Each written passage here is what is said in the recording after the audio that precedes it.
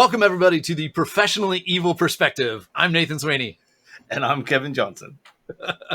I feel like we need like a typewriter going or one of those ticker tape sounds or My something. kid has one of those mechanical keyboards that makes all the noise and whatnot. I'm kind of getting used to it. It always bothers me when you say my kid because you've got 12. Well, that's true. And only one of them has gotten into the mechanical keyboard. Okay. Yeah. We're not like Kathy, who has like 47 keyboards around and a connoisseur of keyboardism. Kathy is a connoisseur of keyboards.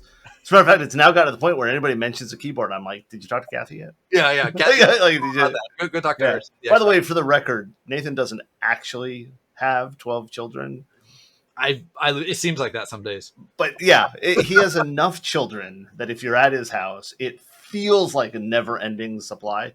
Yeah. He could put on The Sound of Music all by his family's self. And we homeschool, so that would just be a normal everyday thing. Exactly. Hey guys, it's music class time. We're going to do The Sound of Music today. Edelweiss, right? Oh my. So, Kevin, is the truth out there? Yes. I never watched. What was that show? Oh my God. The X-Files. X-Files, thank you. I never watched the X-Files. I have seen like an episode or two. Yeah. And here's where I have to turn in my nerd card. I don't know why.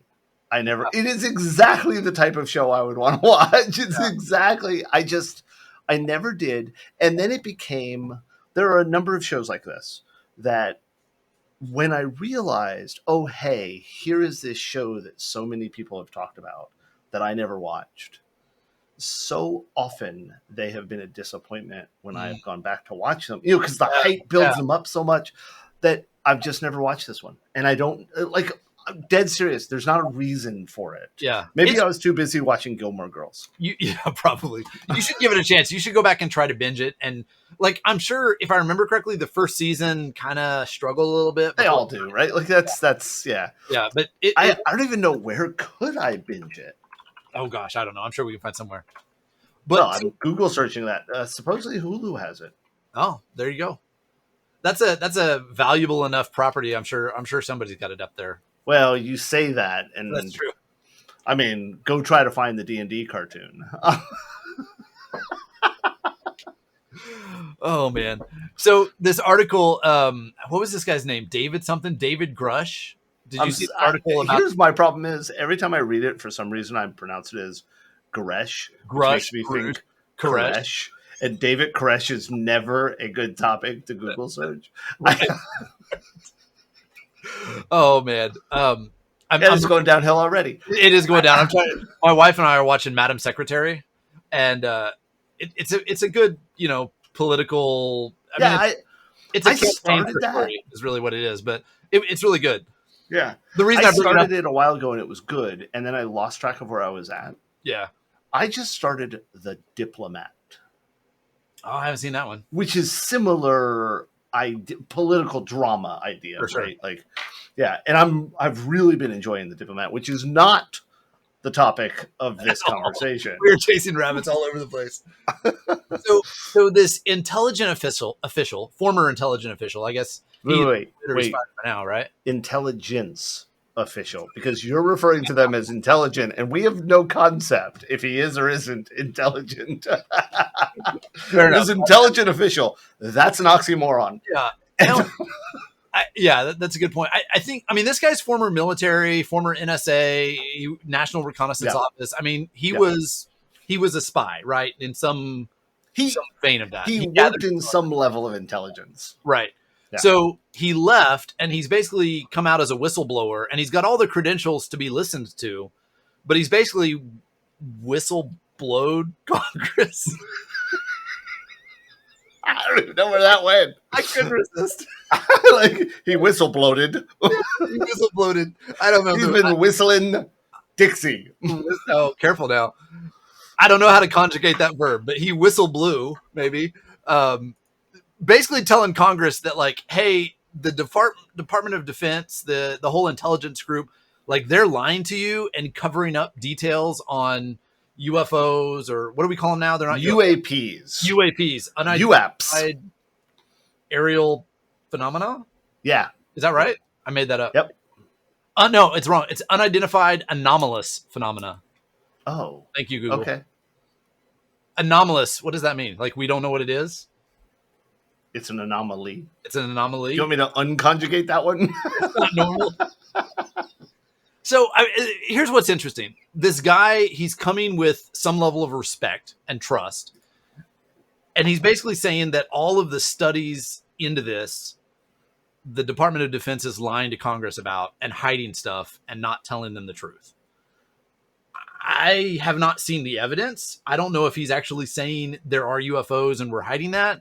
He is. No, he is absolutely said that not only are there UFOs, but this is not like, oh, hey, we got this material from an asteroid that is of unknown origin. He's actually saying partial and complete vehicles have been recovered.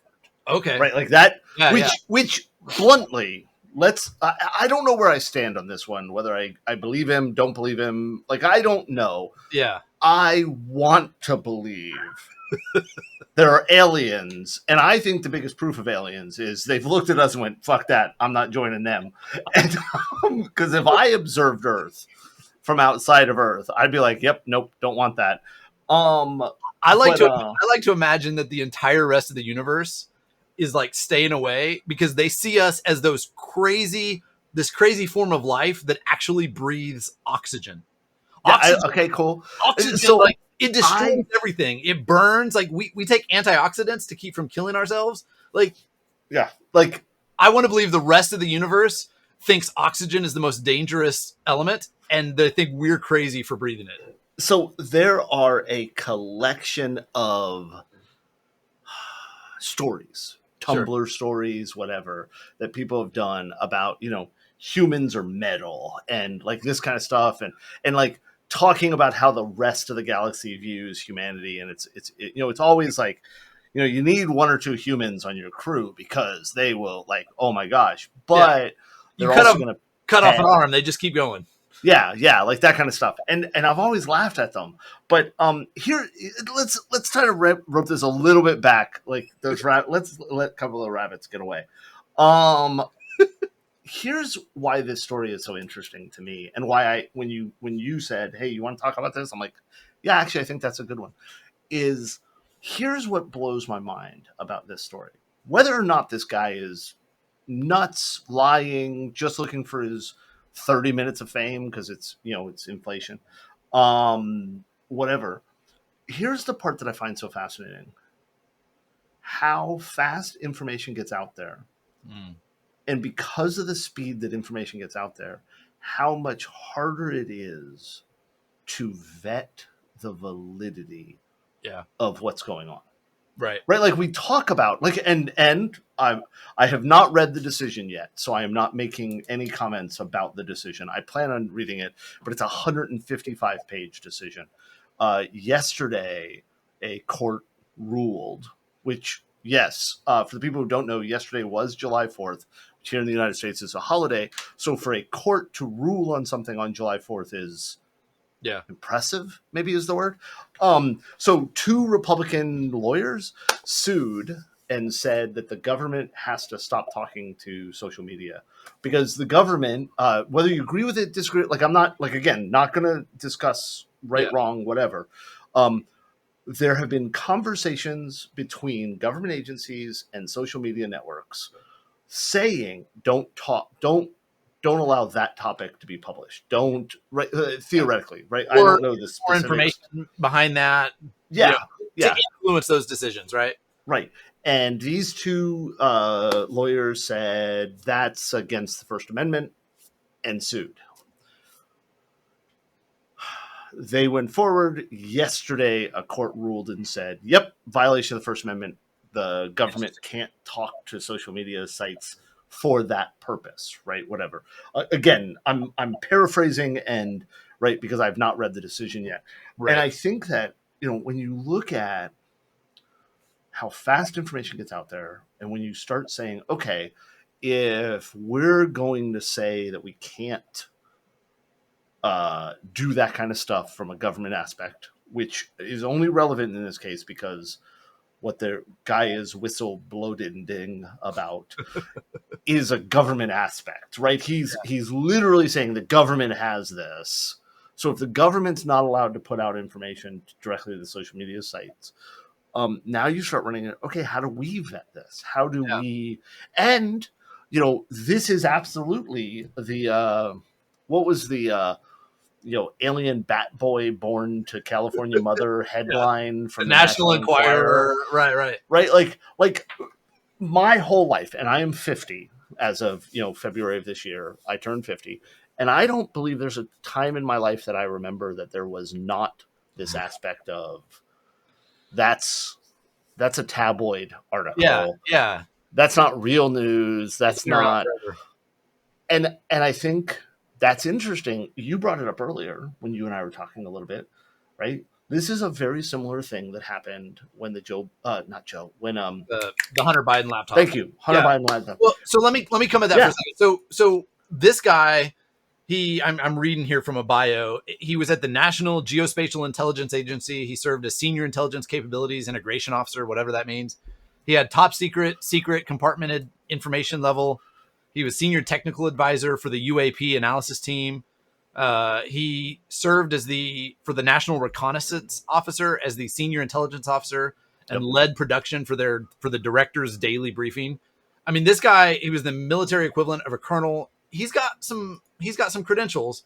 And yet when I Google him and try to get more info, the only articles I'm seeing on this at all are The Sun, Newsweek, Daily Mail. Like, these are all like conspiracy type things that sometimes have legit stories, kinda, but often have the like over embellished, exaggerated stuff. Yeah. So let's pick on the Daily Mail. Let's pick on the Daily Mail. Yep. I've always thought of the Daily Mail as the site that you saw bikinis and clickbait headlines. Hold on, I got to do some research here. Let me double check that. No, that's how I've always like. What kind of I saw. I'm sorry. What kind of bikinis are we talking about? I just want to make sure that you're legit. I don't know. I don't even know how to respond to that. Every single time somebody posted an article that went to the Daily Mail, the headline was always clickbait. And then if I followed the link, like if it was somebody I trusted to send me a link, right? Down the side of I don't know if they still do it, but it was always, you had the article in the main, and then there was a list of articles you could go to. I just confirmed half of them are bikinis. Exactly. Right. Like, that's what I'm talking about. It's like, that was in my head. So the minute you say, well, the Daily Mail says, I think to myself, okay, is this crap exaggeration? Right. Or is it a half-naked person? Exactly. Right? Like, those are, I'm not complaining about crap exaggerations or half-naked people. I'm just saying that was the impression I had from them. But like you pointed out to me earlier, when the Hunter Biden story, whatever you want to make of that, came out, it was in the Daily Mail, the Sun, the New York Post. And nobody else touched it. Or if they're like, there's no article there. There's no story here. Yeah, that's disregard that. It's stupid. It's exaggerated. And what we know now is at least portions of the story were true. Right. Right. The one that got me, and let me be very blunt. When I first heard the Hunter Biden laptop story, I immediately disregarded it because of the sources and because I thought to myself, why would Hunter Biden go into a random laptop store and drop off his laptop? Like, that alone was like, I just don't see. And now I'll be blunt. Other than being Hunter Biden's son, I don't follow that. Like, no reference point or anything else. So the question is, here is where I think the biggest question is, okay, not is there life out there? I believe there is life out there. The galaxy is too big. The universe is too big not to have some form of life. And bluntly, I've read science fiction since I was a little kid. I want there to be life out there, right? It's the same way I answer conspiracy nuts about the moon landing. You don't have to prove the moon landing to me. I want us to have landed on the moon. So I believe we landed on the moon. I do actually believe we landed on the moon. Not that you have a choice. No, I have a choice. I could choose to believe anything I want. I think that the question becomes, as we move more and more toward online digital ages, especially when so many of the quote unquote respectable sources fall behind a paywall, right? Like notice, or just choose not to take some articles for whatever reason, because no. See, I actually think the paywall is relevant here, and here's why. You were going to have more and more stories. Yes, in this case, it's a story they chose not to pick up, right? But there are more and more stories where the actual story, the one that's been investigated, is behind a paywall. Okay. So like, even if it's legit, you can't see it. I can't see it. I just had it. This just happened yesterday. Jason and I were sitting there talking, and we were talking about a company I used to work for. Okay. And there was a company called Made Easy Products. And I guess back in 2003, they moved their headquarters from Deerfield, which is where I worked for them, to Chicago because they were bought by a company. But to see the article, I have to subscribe to a newspaper in South Florida that I have zero interest in reading anything else from this newspaper, but it's behind a paywall. Right. And so I don't know what company they got bought for. Now, I also didn't dig into, all this kind of stuff, but determining whether something is misinformation, determining what the facts are, determining who are the legitimate people to hear from, I say has become harder and harder every day. Absolutely. And the question is, how do we solve it? Yeah. Other than hacking all paywalls. Yeah. Well, yeah, I mean, there's tons of sites out there, the Archive or 12-foot wall. Have you seen 12-foot wall? I think is the most creative because they're like, you build a 10-foot wall, we'll build a 12-foot ladder, right? Yeah. Okay, that's I have never used any of those sites. I've never tried to bypass a paywall, especially not on a recording that we're going to publish. Yeah, exactly. I gotta ask, is that a blender behind you? Oh no, it's a dry box for filament. Okay, got it. Yeah, so it allows me to keep filament dry, and it's got a huge hydrometer. I just bought a hygrometer for my garage. Yeah, so it basically just, and it's got desiccant in the bottom to suck out. Yeah. So, sorry, it just struck me it was a blender. Yeah. No, I agree completely, and especially as it relates to political issues, where in the United States, citizens have a responsibility to be part of the government. But if we can't get valid information, then effectively, I mean, this has been discussed ad nauseum, over the last 10 years, that if people are required to make a choice and they can't get valid information, then really the people aren't running the government. Whoever controls the source of information is running the government, which I think is really interesting. Going back to the court case you just talked about, if the government is allowed to talk to the networks behind the scenes, social networks, the media, whatever, and if they're allowed to manipulate what the citizens are seeing, that creates all kinds of complications. And I don't know how to fix it. I don't know if we can fix it, to be completely honest. I think we can, and I think that the way we fix it is we start making mandatory that everybody takes critical thinking classes, and if they can't pass them, they're not allowed to read things on the internet. Like I said, I don't think we can fix it. No, I mean, in all honesty, that's a large part of why we homeschool, right? To circle back around to the conversation we had earlier, is because in public school, I was never taught things like logic and critical thinking and, analysis of data sources and bias and manipulation. Like, I got some of that in college, but that's stuff that every citizen should have. And we're losing in that aspect. Like, people don't know how to do this. So I feel like we're coming down here in a really negative, like Debbie Downer type position on this. I think this is the type of thing that it's always going to end up being a negative thing, because a lie will travel halfway around the world before the truth gets out of bed. Right? Isn't that the saying? I've never heard of that, but that sounds, you should take credit. I want to say like Benjamin Franklin said that, like in what was the not Little Richards? Like something. I can't remember what it's called. I know what you're talking about. The writings are like the almanac. And like, that's a saying I've heard since I was a kid. That has nothing to do with technology. Technology has just made it go all the way around the world instead of halfway. Yeah. Right? Lies go faster. Look at what page they print retractions on in a newspaper. Right. Right? Like, Poor Richard's Almanac. Thank you, Josh. I thought it was something like Poor Richard, but then I started thinking Poor Richard I was saying Little Richard, and isn't that a singer? Yeah. Yeah. For those who don't know, Josh is our production engineer here in the back. He just got a promotion to production engineer. I made that up. Fancy title. He's over here providing this feedback. Yeah. So I think that is what it boils down to. Is it's way more salacious to read lies. It's why gossip rags. TMZ exists for a reason. Yeah.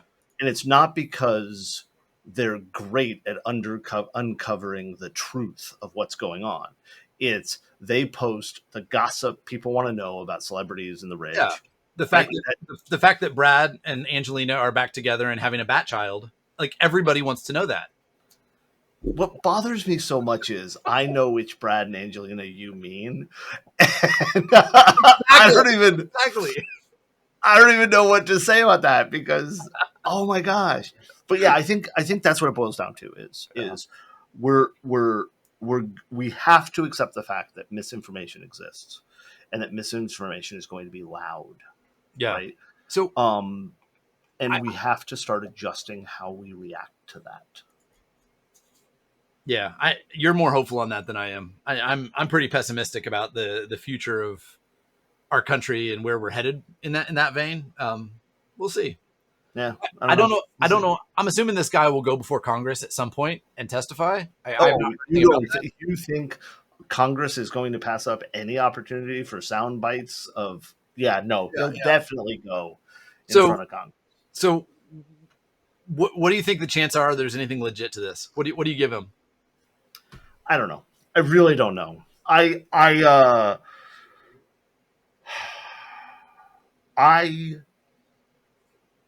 don't know whether I think, because and here's what I'll say.